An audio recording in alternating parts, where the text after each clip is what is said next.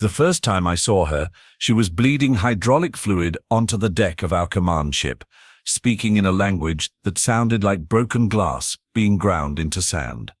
Captain Vex 9 stared at the human female with the kind of expression usually reserved for watching supernovas collapse, which, considering what happened next, was probably appropriate. "Well," I muttered to my fellow communications officer, Kiktal, "this ought to be interesting." Interesting. Right, that's what I called it when a single human broke through our defensive perimeter, disabled 3 of our best fighters, and somehow managed to crash-land her primitive vessel directly into our hangar bay. The audacity alone should have been impressive, if it weren't so terrifying. The human stood roughly 6 feet tall, which put her at eye level with most of our crew. Her dark hair was matted with something that looked suspiciously like Keth-Thevan blood, and her clothing was torn in places that suggested she'd been in close combat recently. "Very close combat. Translation matrix online," announced Hiktal, his forearms dancing across the console with practiced efficiency. "Initial language patterns suggest..." Sweet nebula. "What?" Captain Vex 9's mandibles clicked together in irritation. "What is it?" "Sir, the translation matrix is identifying her native tongue as Terran Standard. But that's impossible. The humans were supposedly wiped out 3 cycles ago." The captain's compound eyes fixed on the bleeding human. "Supposed?" I leaned forward, suddenly very interested in this conversation. The Great Purge had been the defining military action of our generation. The humans had been deemed too dangerous to exist alongside civilized species. Their unpredictability, their capacity for violence, their absolute refusal to surrender even when facing impossible odds. It had taken the combined might of 7 different species to finally eliminate them. Also, we'd thought. The human female raised her head, and I got my first good look at her face. She had the kind of eyes that suggested she'd seen things that would give seasoned warriors nightmares. More importantly, she had the kind of smile that suggested she'd enjoyed every minute of it. "Hello, boys," she said in perfectly accented Galactic standard, her voice carrying the sort of cheerful tone usually reserved for discussing the weather. "Miss me?" The silence that followed was the sort of profound quiet that typically precedes very bad things happening to very good people. Captain Vex 9's vocal cords made a sound like grinding metal. How do you speak our language?" "Oh, that's easy," she replied, wiping blood from her mouth with the back of her hand. "I learned it from the last bunch of you I met, right before I turned their ship into a very expensive fireworks display." Hiktal's translator squeaked. "Sir, she's not lying. Biometric readings confirm she's telling the truth." The human laughed, and it was the kind of sound that made my exoskeleton itch. "You know, it's funny. Everyone keeps asking me how I survived the Purge. Wrong question entirely. What's the right question?" I found myself asking, though I immediately regretted it, when those terrifying human eyes fixed on me. The right question, bug boy, is how many of us survived, and trust me, you really don't want to know that answer. Captain Vex 9's mandibles were now clicking so rapidly, they sounded like a percussion instrument. "You are bluffing. Our intelligence networks would have detected any human survivor." "Your intelligence networks," the human said, still smiling that horrible smile, "are about as useful as a chocolate teapot in a supernova." Which, coincidentally, is exactly what I told the last captain who tried to interrogate me. "What happened to him?" Hiktal asked. "Let's just say he had a very brief, but spectacular career as a navigation hazard." The human pushed herself to her feet, and I noticed for the first time that she was favoring her left leg. The fact that she'd managed to disable 3 of our fighters while injured made my stomach acid churn in ways that suggested I should probably find a bathroom soon. "Now," she continued, "I'm going to make you all a very simple offer. You can let me go, and I will only blow up half your fleet, or you can try to stop me, and I will blow up all of it. Your choice." The captain's laugh sounded like static interference. "You are one human surrounded by 300 of our best soldiers. What exactly do you think you can do?" The human's smile widened, and I noticed she had very white teeth. Very sharp-looking teeth. That's the thing about humans, Captain. We are really, really good at improvising. She reached into her torn jacket and pulled out what looked like a small metallic sphere. It was about the size of a human fist, covered in markings that hurt to look at directly. Antimatter grenade, she announced cheerfully. Dead man's switch. If my heart stops beating, this entire sector becomes a very pretty light shard. The bridge went so quiet I could hear the life support system cycling.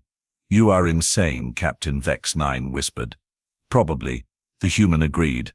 But that's what makes us so much fun at parties. I watched the captain's expression shift from confusion to understanding to pure, unadulterated terror. It was like watching someone solve a math problem and realize the answer was going to kill them. You want to know what your real problem is? The human continued, casually tossing the grenade from hand to hand. You think like prey animals. You run calculations. You assess probabilities. You make careful, rational decisions based on logical analysis. The grenade spun through the air in a lazy arc, and I found myself holding my breath. But humans? We think like predators. We don't calculate odds. We create opportunities. We don't assess probabilities. We make them irrelevant. She caught the grenade with a soft slap that made everyone on the bridge flinch. Case in point, right now, you are all standing there trying to figure out how to disarm me without triggering this little beauty. You are running tactical simulations. You are considering your options. You are being rash. The human leaned against a console, looking perfectly relaxed, despite the fact that she was holding enough antimatter to vaporize a small moon. Meanwhile, I'm not thinking about how to get out of this situation. I'm thinking about how to turn this situation into something that works for me. And that, gentlemen, is why your species spent 3 years trying to kill mine, and why mine spent 3 years making you wish you'd never been born. Captain Vex-9's breathing apparatus made a sound like escaping steam. What? What do you want? Finally, the right question, the human said, clapping her hands together. The sound made everyone jump. I want you to deliver a message. A message? Tell every species in this sector that Luna Voss is alive and well, and absolutely furious about what you did to her planet. Tell them that the humans aren't extinct. Tell them that we are out here, and we are coming for every single one of you. Luna Voss. The name hit me like a physical blow.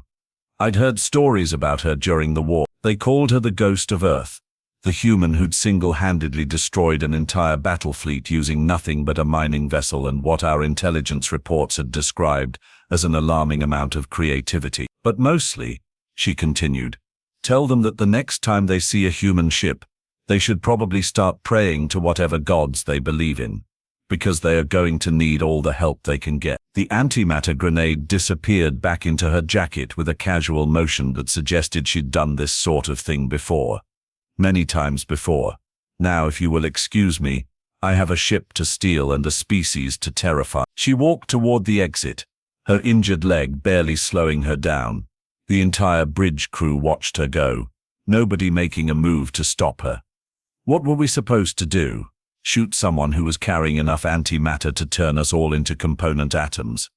Oh, and Luna Voss paused at the doorway, turning back with that predatory smile. You might want to upgrade your security protocols.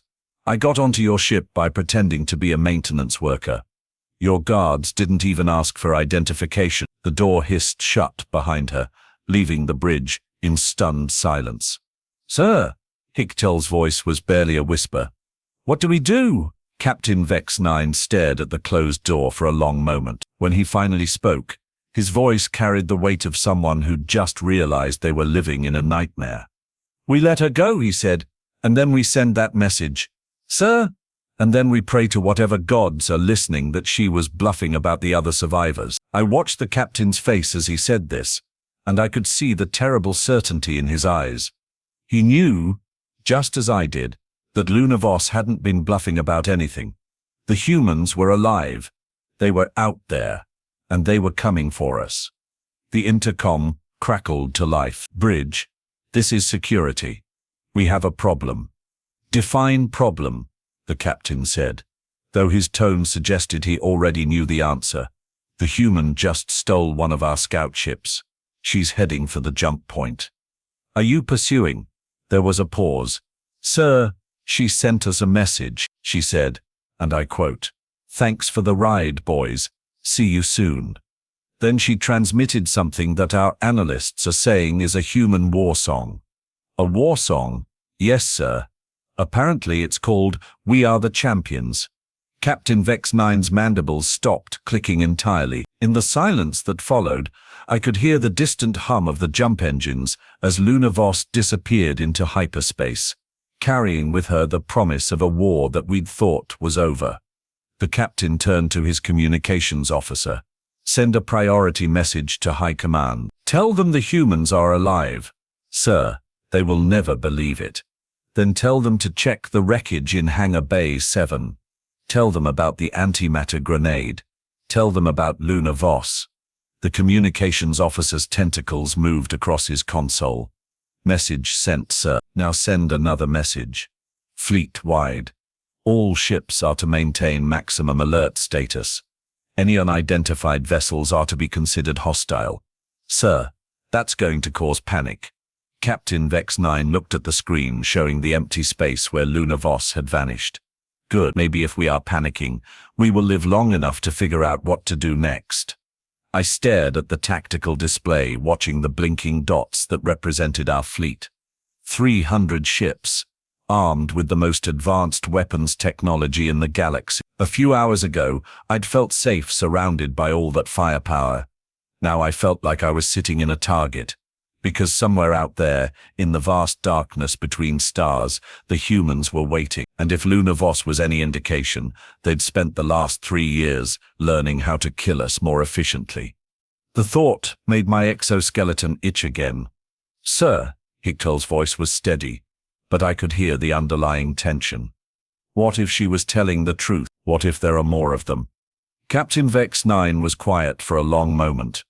When he finally answered, his voice carried the kind of certainty that comes from staring into the abyss and seeing it stare back.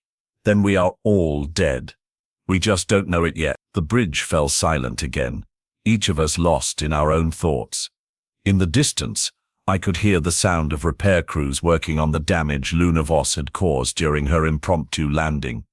The rhythmic hammering seemed to echo the beating of my own heart. Somewhere in the darkness, the humans were coming, and for the first time since the war began, I found myself wondering if maybe, just maybe, we'd picked a fight with the wrong species. The intercom crackled again. "Bridge, this is medical. We have finished analyzing the blood samples from the human.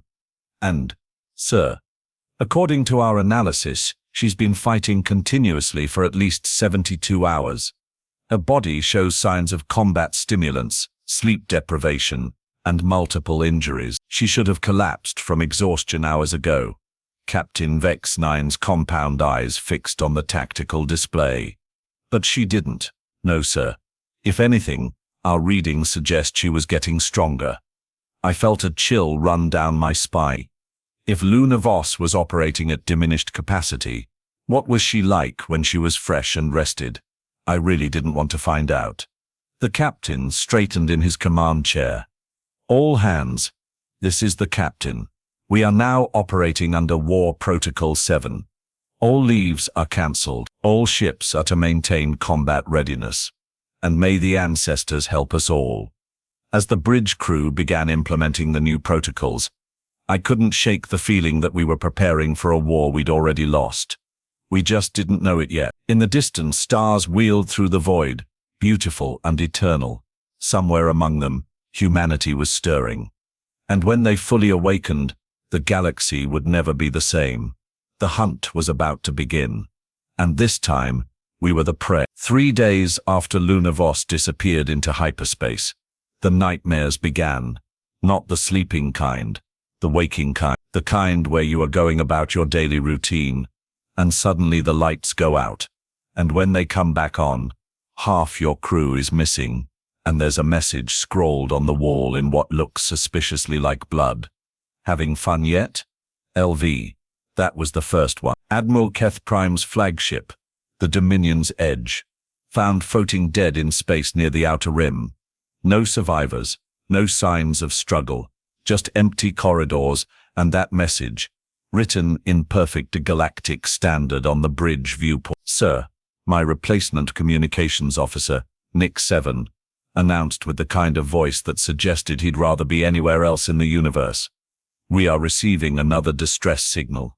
Captain Vex 9 looked like he'd aged 10 years in the past 72 hours. His mandibles had developed a nervous twitch, and his compound eyes had taken on the haunted look of someone who'd seen too much. Let me guess. Another ghost ship. Actually, sir, this one's different. It's a human transmission. The bridge went silent, except for the hum of life support systems. Everyone was staring at the communications console like it might explode. Put it through, the captain said finally.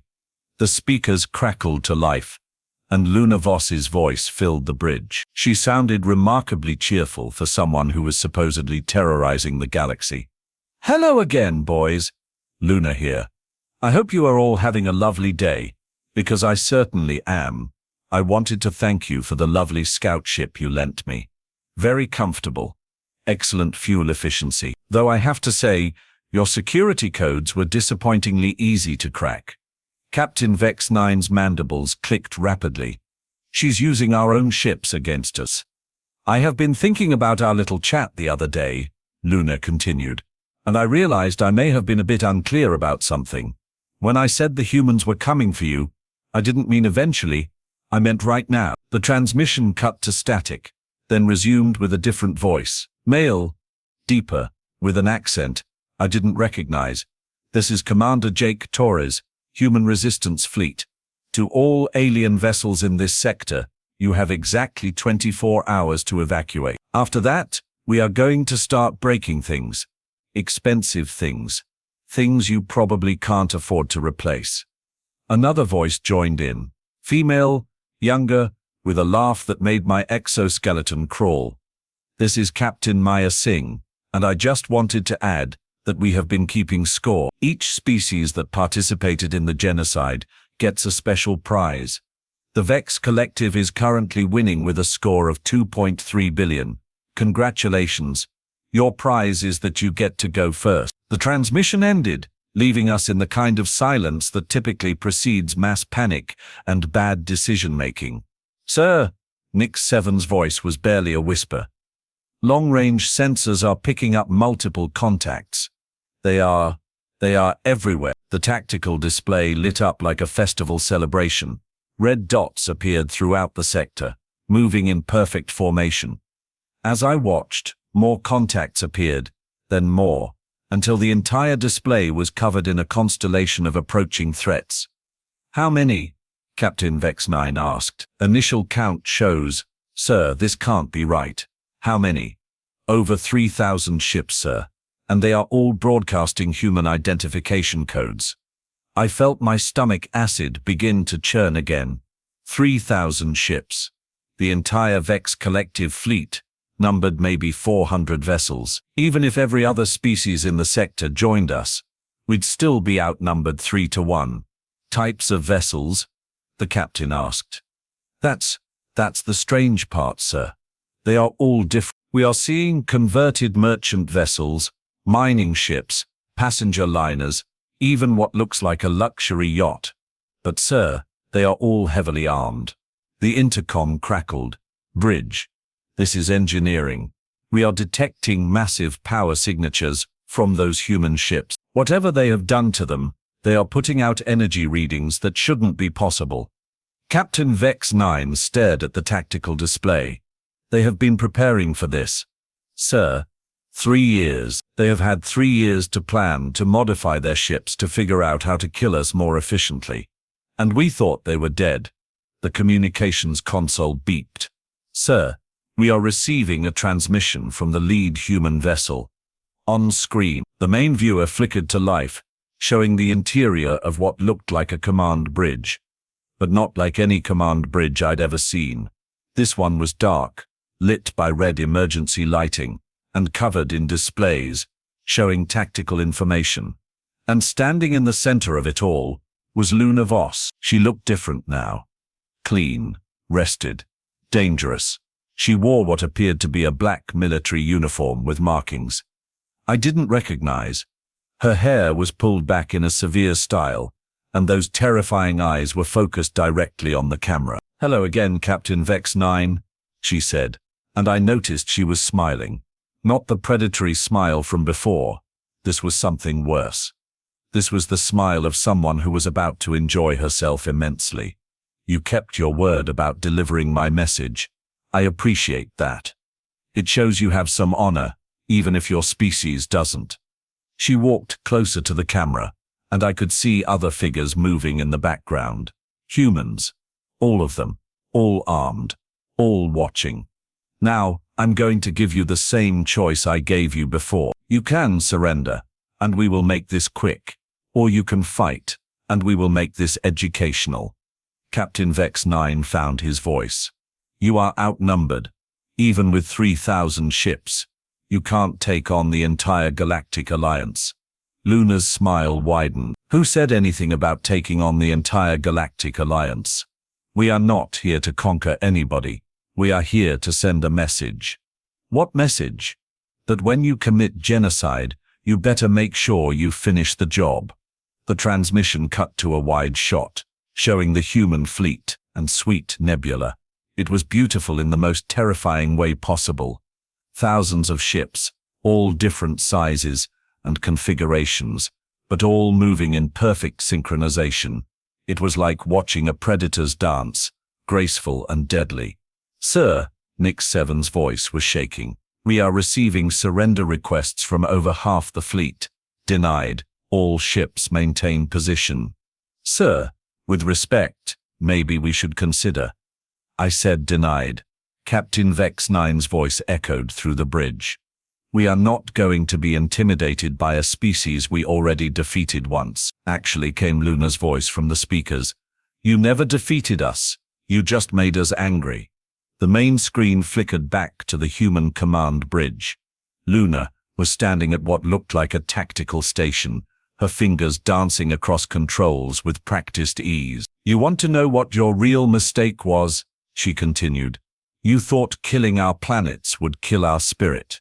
You thought destroying our cities would destroy our will to fight. But here's the thing about humans. We don't give up. Ever. We just get more creative." She pressed a button, and the tactical display behind her lit up with target markers. I recognized the formation immediately. It was our fleet. "For the past 3 years we have been studying you, learning your weaknesses, understanding your psychology. And do you know what we discovered?" "What?" Captain Vex 9 asked, though I could hear the defeat in his voice. "You are afraid of us. You were afraid of us. You were afraid of us before the war started. That's why you tried to wipe us out, because deep down, you knew that if we ever got organized, if we ever unified, we'd become something you couldn't control." She was right.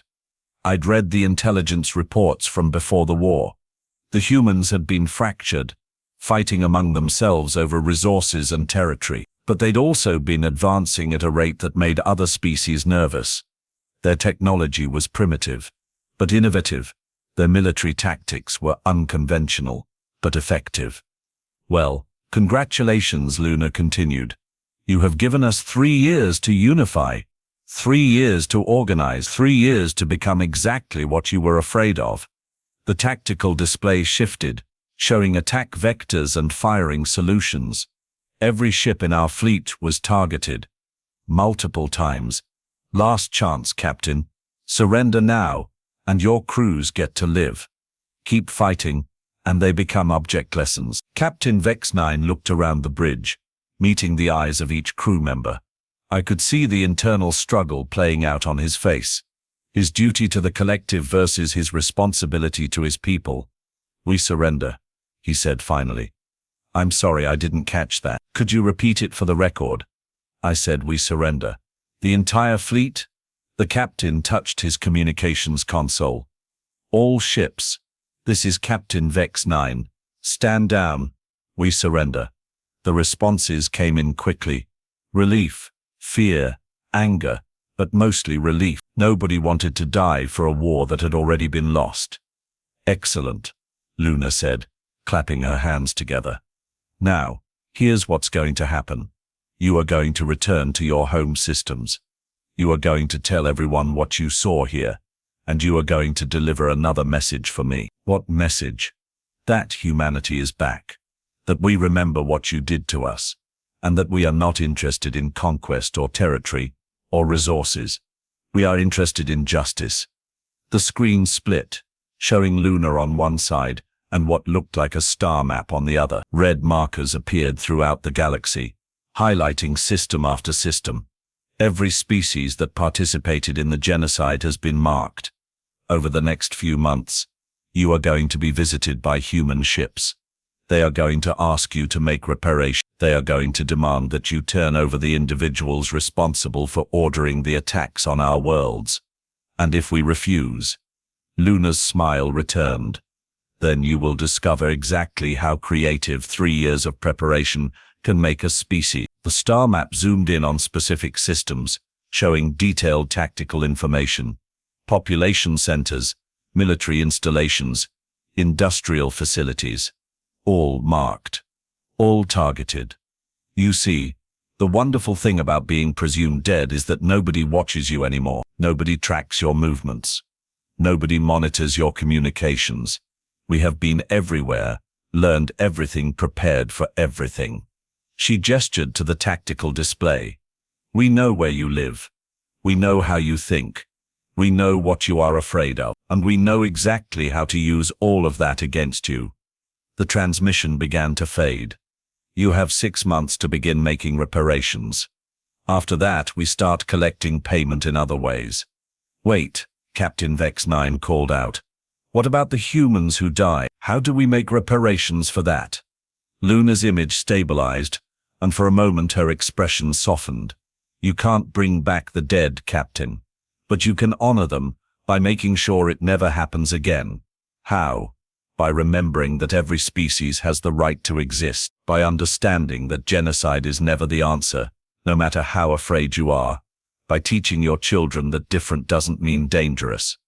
The transmission ended, leaving us staring at a blank screen. Around us, the human fleet began to disperse, ships vanishing into hyperspace one by one. Within minutes, the tactical display was empty, except for our own vessels. Sir, Nick 7 said quietly. What do we do now? Captain Vex 9 stared at the empty space where the human fleet had been. Now we go home, and we pray that we can find a way to make this right. Do you think they will really follow through on their threats? The captain was quiet for a long moment. I think, he said finally, that we just met a species that spent 3 years planning the most comprehensive revenge campaign in galactic history. And I think they are going to be very, very thorough. As our fleet began the long journey home, I found myself thinking about Luna Voss and her impossible smile. She'd walked onto our ship as a prisoner and walked off as a conqueror. She'd turned our victory into our defeat, with nothing but words and the promise of retribution. But more than that, she'd shown us what we'd really done. We hadn't just tried to commit genocide, we'd created our own worst nightmare. We'd forced a fractured species to unite against a common enemy. We'd given them a reason to become everything we'd feared they could, and now they were coming for us. The stars wheeled past the viewport, beautiful and eternal, but now they seemed different somehow, less welcoming, more like the eyes of predators watching from the darkness. Somewhere out there, humanity was keeping score, and they had very, very good memories. The hunt had begun, and for the first time in 3 years, I wondered if maybe, just maybe, we deserved everything that was coming for us. In the distance, I could hear the sound of hyperspace engines powering up, the sound of 3,000 ships carrying 3,000 reasons why genocide was a really, really bad idea. They'd given her a name they couldn't pronounce. Now it was their prayer, and Luna Voss was listening. But she wasn't done with us yet. The communications console beeped again, and Nick 7 looked at me with the expression of someone who'd rather be facing a black hole than whatever was about to happen next. Another transmission, sir. It's a human ship, but not from the fleet. This one's coming from the Kresh Nebula. Captain Vex 9's mandibles went completely still. The Kresh Nebula? That's impossible. Nothing can survive in there. The radiation levels would kill any known life form. Sir, you might want to see this. The main screen flickered to life, showing what looked like the interior of a ship. But this wasn't like the clean military precision of Luna's command vessel. This looked like something out of a nightmare. Cables hung from the ceiling, sparking with electrical discharges. The walls were covered in what appeared to be organic growths, pulsing with bioluminescent patterns, and standing in the center of it all was a human. But this one was different, changed. His skin had a metallic sheen, and his eyes glowed with an inner light that hurt to look at direct. When he smiled, I could see that his teeth had been replaced with something that looked like crystallized energy. "Greetings, Vex Collective," he said, his voice carrying harmonics that made my hearing organs ache.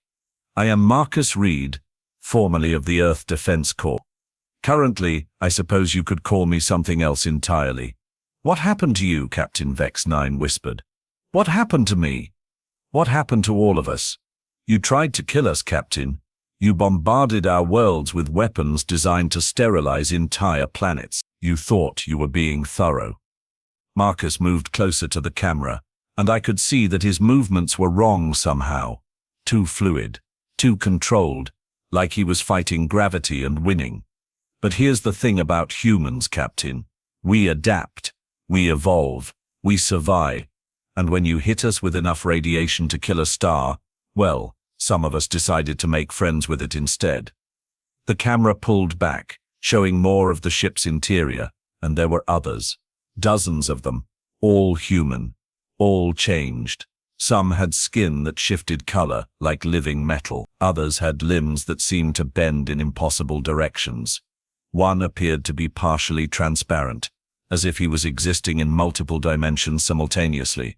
"We call ourselves the Evolved," Marcus continued. "We have been living in the dead zones you created, the places where your weapons left the very fabric of space-time damaged. And do you know what we have learned?" "What?" The question came from my own vocal cords. Though I hadn't meant to speak, "We have learned that reality is far more flexible than most people realize. We have learned that the human consciousness is remarkably adaptable. And we have learned that 3 years is a very long time when you are not bound by the normal limitations of physics." Marcus gestured, and the organic growths on the walls began to pulse faster. "We have been busy, you see. While Luna and her fleet were preparing for conventional warfare, we have been preparing for something else entirely." The screen split, showing a star map similar to the one Luna had displayed, but this one was different. Instead of red targeting markers, it showed what looked like infection patterns, spreading, growing, consuming. Every world you sterilized, every system you thought you'd cleansed. We have been there. We have been redecorating, making improvements, preparing surprises. "What kind of surprises?" Captain Vex 9 asked, though his voice suggested he really didn't want to know. "The kind that make your worst nightmares look like pleasant dreams. You see, when you tried to kill us, you gave us something wonderful. You gave us the power to reshape reality itself, and we have been using that power to prepare gifts for all of you." The star map zoomed in on a system I recognized. Vex Prime, our home world. Take your capital planet, for instance. Beautiful world, lovely oceans, thriving population. It would be a shame if something happened to it. The display shifted, showing what looked like a detailed scan of Vex Prime, but there was something wrong with the image. Dark spots appeared scattered across the planet's surface, growing larger as I watched. "What is that?" I asked. "Seeds," Marcus replied, his glowing eyes fixed on the camera. "We planted them 3 months ago. Right now they are dormant, waiting for the right signal. But when they activate, they will begin converting your planet's matter into something more useful." "Converting it into what?" "Into us. into the evolved, into something that can survive in the new reality we are creating. The implications hit me like a physical blow. They weren't just planning to kill us. They were planning to transform us, to make us into something else entirely. "Don't look so terrified," Marcus said, apparently reading my expression. "It's not permanent." "Well, not exactly. You will still be you. You will just be you with a few improvements. Enhanced strength, extended lifespan, the ability to survive in environments that would normally kill you in seconds." "You are talking about forced evolution," Captain Vex-9 said. "I'm talking about justice. You tried to eliminate us from existence. Now we are going to eliminate the old you from existence. Fair trade, don't you think?" The screen flickered, showing more of the evolved. They were all different, all changed in unique ways, but they all shared the same expression, the same look of predatory intelligence, the same promise of transformation. "Now, here's where it gets interesting," Marcus continued. "Luna's fleet is handling the military response. They are going to make sure you understand the consequences of your actions. But we are handling the personal touch." "Personal touch?" "Oh yes. You see, we have identified every individual who participated in the decision to commit genocide. Every politician, every military commander, every scientist who developed the weapons, every pilot who carried out the attacks." The star map shifted again, showing individual markers, thousands of them, each one representing a specific person, and we have prepared special gifts for each of them. Customized transformations, designed to be educational. Marcus smiled, and the light in his eyes flared brighter. "For instance, the admiral who ordered the bombardment of Earth's children's hospitals is going to experience what it's like to be a child again, permanently. He will retain his adult memories, but he will be trapped in a 5-year-old's body for the rest of his considerably extended life." "That's monstrous," Captain Vex-9 whispered. "Is it? He murdered 3 million children. I think spending a few centuries experiencing childhood from their perspective is rather lenient, don't you?" The display showed more examples. A scientist who developed biological weapons would spend his life experiencing every disease he'd ever created. A politician who'd voted for the genocide would lose his ability to communicate, forced to experience the silence of the dead. "You are not seeking justice," I said. "You are seeking revenge." "Oh, my dear alien friend," Marcus replied, his voice carrying harmonics that made my exoskeleton vibrate. "Those are the same thing. You just haven't realized it yet." The transmission began to fade, but Marcus held up a hand. "Before I go, I have a gift for you, a demonstration of what we are capable of." The screen shifted to show an external view of our ship. But something was wrong. The hull was changing. Metal was flowing like liquid, reshaping itself into new configuration. Our weapon systems were transforming into something that looked almost organic. "Don't worry," Marcus said. "It's not permanent. Consider it a preview of coming attractions." The changes spread across the hull, and I could feel the ship's systems adapting. The power output increased dramatically. The sensors became more sensitive. The engines began operating at efficiency levels that should have been impossible. "You see," Marcus continued, "we are not just going to change you. We are going to change everything you have ever touched. Every ship, every world, every star system. We are going to turn your entire civilization into something new." The modifications to our ship stabilized, and I realized we were now flying something that was part machine, part living organism. The computer systems were responding to thoughts rather than commands.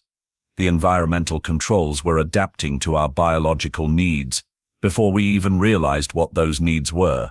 "This is what we are offering," Marcus said. "Evolution, transformation, the chance to become something greater than what you are. And if we refuse, then you will discover that there are fates worse than death, but also fates better than life. The choice is yours." The transmission ended, leaving us alone with our transformed ship and the knowledge that we were no longer in control of our own destiny. "Sir," Nick 7 said quietly. "What do we do now?" Captain Vex 9 stared at the transformed control systems, his mandibles clicking in a rhythm that suggested deep thought. "Now we go home, and we try to figure out how to survive what we have unleashed. Do you think they will really follow through on their threats?" The captain touched the organic-looking control panel, and it responded by displaying information directly into his consciousness. The sensation made him recoil, but the data was undeniable. We now had access to technologies that were centuries ahead of anything we'd possessed before. "I think," he said finally, "that we are about to learn what it means to be on the receiving end of evolution." As our transformed ship began the journey home, I found myself thinking about the choices we'd made, the paths we'd taken, the consequences we'd ignored. We'd tried to commit genocide because we were afraid of what humanity might become, afraid of their potential, afraid of their unpredictability. And now, because of our fear, they'd become something far more terrifying than we'd ever imagined possible. The stars wheeled past, beautiful and eternal. But now they seemed different. Not just the eyes of predators, but the eyes of gods, beings who had transcended the normal limitations of existence and were now reshaping reality according to their will. Somewhere out there, Luna Voss was leading a fleet of 3,000 ships on a mission of justice. And somewhere else, Marcus Reed and his Evolved were preparing to transform the very nature of existence itself. They'd given her a name they couldn't pronounce. Now it was their prayer, and the universe was listening. The hunt had begun, but it wasn't just a hunt for justice anymore. It was a hunt for the future itself. And humanity, having been forced to evolve beyond their original nature, was now determined to drag the rest of the galaxy along with them, whether we wanted to come or not. In the distance I could hear the sound of reality itself being rewritten. The sound of 3,000 ships carrying 3,000 reasons why genocide was a really, really bad idea. And underneath it all, barely audible but always present, was the sound of Marcus Reed's laughter. The laughter of someone who'd looked death in the face and decided to make friends with it instead. The transformation had begun, and there was no going back. Not for humanity. Not for us. Not for anyone. The age of the Evolved had begun, and we were all about to discover what it meant to be human, whether we wanted to or not.